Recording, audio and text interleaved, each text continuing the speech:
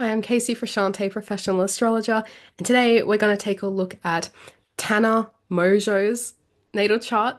Um, Tana Mongeau is a YouTube internet personality, most notable for her like story time videos and I guess vlogs and things like that.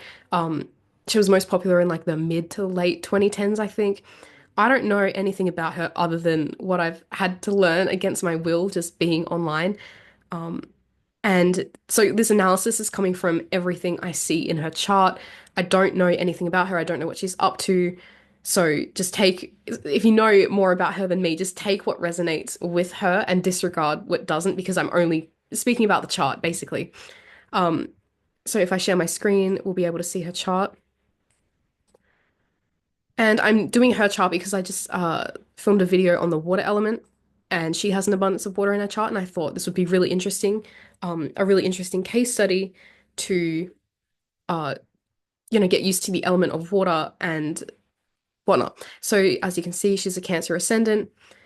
The rising sign is the lens through which we approach life and see the world. The Cancer rising with her chart ruler in Cancer in the 12th, all of this is very watery. Her approach to life is instinctual and emotional. She doesn't perceive things logically. She's concerned with her own sense of emotional safety. With the chart ruler also in Cancer, widely conjunct the ascendant from the 12th, I immediately get alcohol or consumption issues with her, some kind of oral fixation, maybe some kind of neurological disorder too, like ADHD, or some kind of intellectual disability like dyslexia. But I think I'll get more into that a bit later. It's also important to consider that she has this Mercury in Cancer conjunct the ascendant.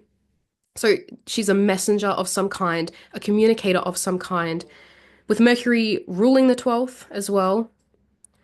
She's a mouthpiece for the collective unconscious in some way. I think this has to do with like coping mechanisms specifically with Mercury being in Cancer. There's some sense of like I guess verbal diarrhea, but it's not actually her emotions or feelings that she's expressing. It's like she's picking up on the energy collectively, and she's just the mouthpiece or the one that is like willing to say or talk about these types of things.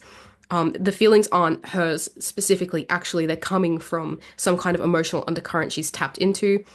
The mouthpiece itself is kind of like a garbage disposal in a way that like she's the only one willing to talk about these things because I feel like they are going to be a bit more unsavory in nature. And with her, I'm not like a psychic. I'm thinking about taking some classes in psychic development, but I get impressions sometimes when I look at a chart. And with her, I got it really strongly that it's like information comes into her head like waves and then just flows like out of her mouth. And that is what she's doing when she does whatever she does on her YouTube channel or as an influencer. She's actually just verbalizing what everyone else is feeling. And I think that's why so many people can kind of relate to her because I think that's kind of her shtick. She's like meant to be like a very relatable influencer or YouTuber or whatever. Um, and that can potentially be why I get alcohol consumption specifically with her so strongly, or some kind of oral fixation, some kind of something to do with food as well, like something kind of similar to bulimia. I'm not saying she has a bulimic disorder or an eating disorder, but there's something to do with the eating or consuming of something to feel safe, and then the immediate guilt or confusion as to why she consumed so much, and then the habitual purging of that. Again, that could literally just be the information she's getting. She gets so much information all at once, like a wave, like crashing into her head, and gets overwhelmed and feels guilty about that, and then purges it out by speaking about it. It's something like that with her. If we want to talk about her moon, which is her chart ruler, the moon is basically the baby and child within us all. It is the personality, it's our unconscious behavioral patterns, how and where and why we find security in what we do. We tend to fall back on our moons in times of stress. And this might sound like counterintuitive because we are talking about a very watery chart, and this is a chart ruler, and the moon is very important in everyone's chart. But this moon is kind of a non-issue for me. It's in domicile, so it's strong, but I don't actually have that much to say about it on its own, just because for me, it feels more important that it's actually conjunct the sun. And I think the sun tells more of a story here. So if we talk about her sun, which is the soul's most immediate purpose in this lifetime, our quest and the mission that we're on, the qualities we're learning to develop as well.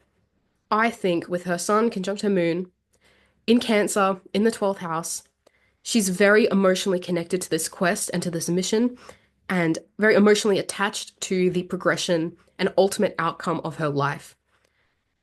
All of this, like all of, if I mention quest and journey, this isn't an abstract concept to her the same way it can be to most people, especially other 12th house sun people. She's very connected to this, very emotionally connected to this quest. Some 12th house people really struggle to be 12th house people if the rest of their chart is very like straight laced and they only have their sun, for example, in the 12th house. And let's say also like an abundance of air or earth in their chart.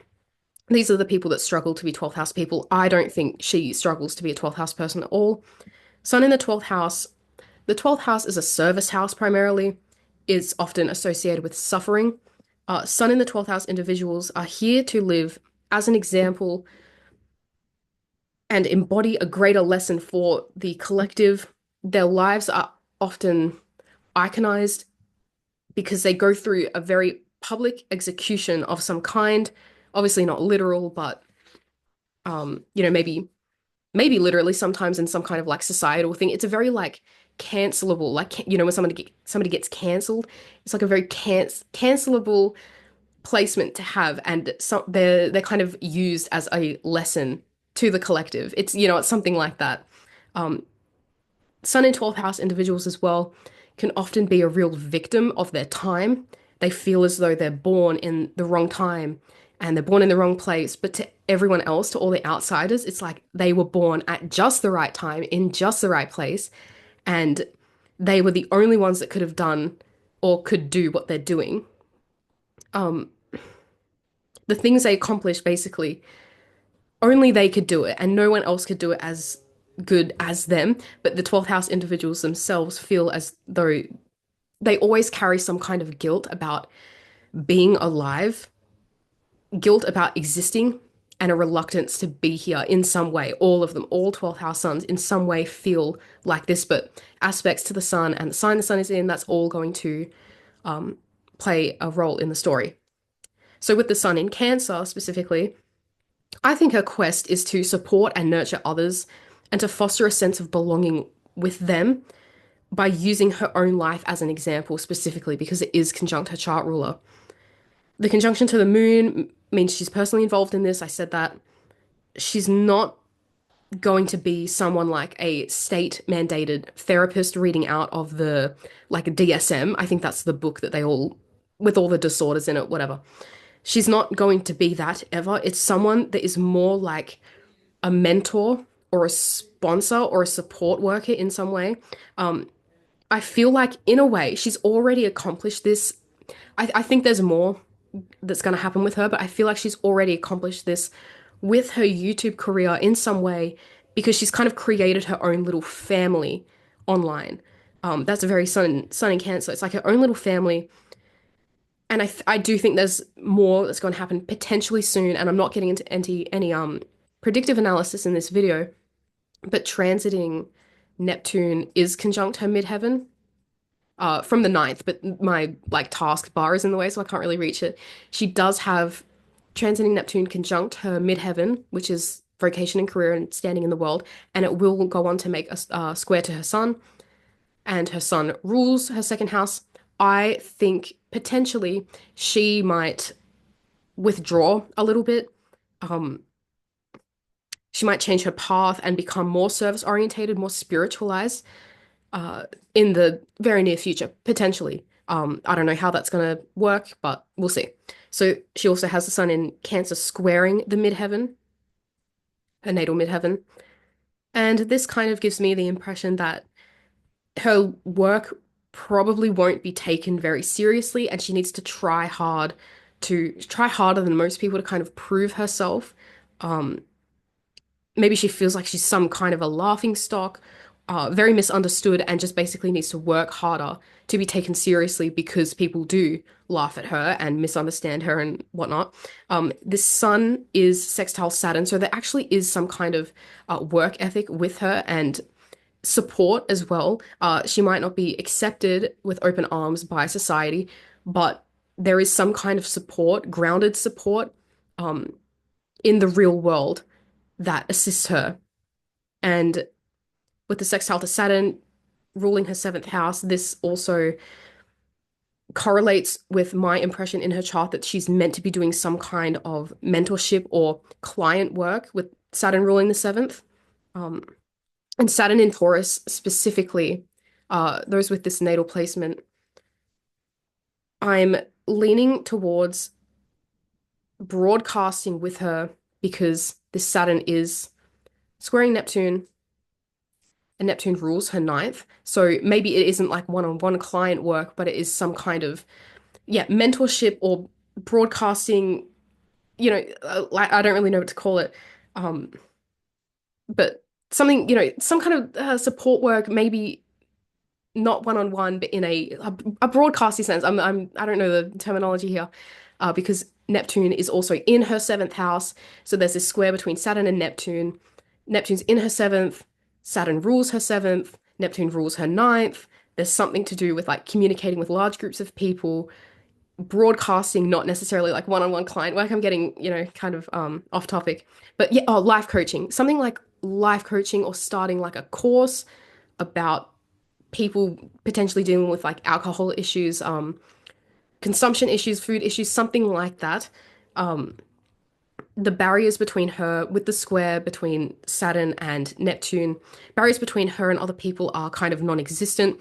Problematic, sure. She is a 12th house person. I think she's very comfortable being a 12th house person.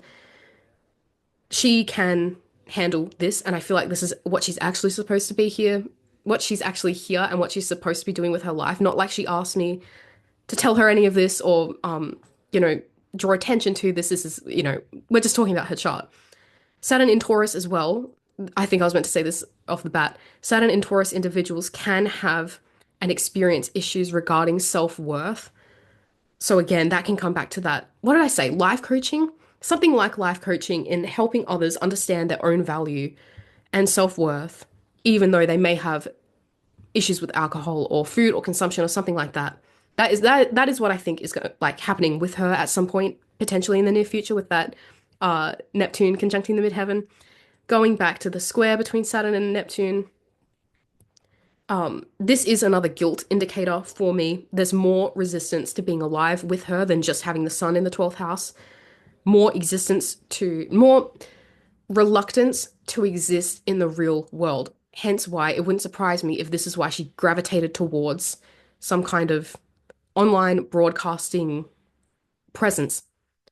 She also has a lack of Earth in her chart. This Saturn is the only planet she has in Earth.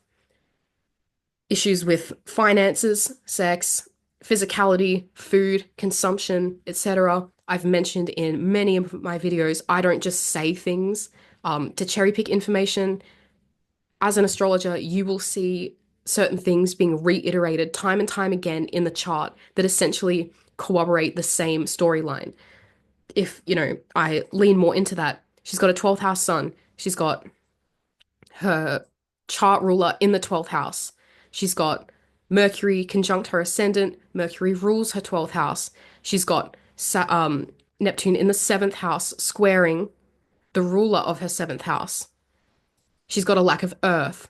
She's got Saturn in Taurus, which can have a lot to say about they perceive themselves as lacking any kind of um, value. Saturn squaring Neptune is an aspect of guilt. All of these 12th house placements have a correlation towards guilt. Do you know what I mean? This is the main thing with her. She feels very guilty about something. She feels like she doesn't deserve to be alive, in my opinion, because of some kind of consumption issue, maybe issues with the mother because Cancer is correlated with everyone's mother. It's something like that with her. And if I talk about something that's maybe not in line with that storyline, but I think gives an example of how, as an astrologer, I work with nuance in a chart. I don't look at out of sign aspects. Some astrologers would look at this aspect here, the conjunction to a midheaven. I wouldn't consider it because Jupiter is in Pisces, her midheaven is in Aries, but this Jupiter is square Mars in her chart, not out of sign, square Mars, and Mars rules her midheaven. So there is actually some validity to this Jupiter being conjunct her midheaven, even though I don't look at out of sign aspects. The the ruler of her midheaven is in the 12th. Again, the 12th is a house of suffering. It's a health house. Jupiter also rules her sixth house of health, of physical health. There's more health stuff here. Jupiter also rules her ninth of broadcasting and getting her message across. And she's got that Mercury on the ascendant. I think it's pretty obvious to all of us now, after I've, kind of combed through her chart. This is what she's supposed to be doing, some kind of broadcast work about people dealing with some kind of health issue, potentially some kind of health issue related to guilt. I get specifically alcohol and consumption issues with her. I just thought she had a really interesting chart example for us to look at. Again, I don't know anything about her other than the YouTube storytime vlog thing. But yeah, just based on her chart, I think she's kind of destined for something uh, greater and more healing in nature. But yeah, this was just kind of an installment in my series on the water element, and I'll be looking at a bunch of other celebrity chart examples where they have an abundance of water in their chart, and we'll see how, the water element functions through the practical examination of people's charts instead of just talking about it like it's some kind of non-existent entity. Anyways, I'll see you in my next video. Bye.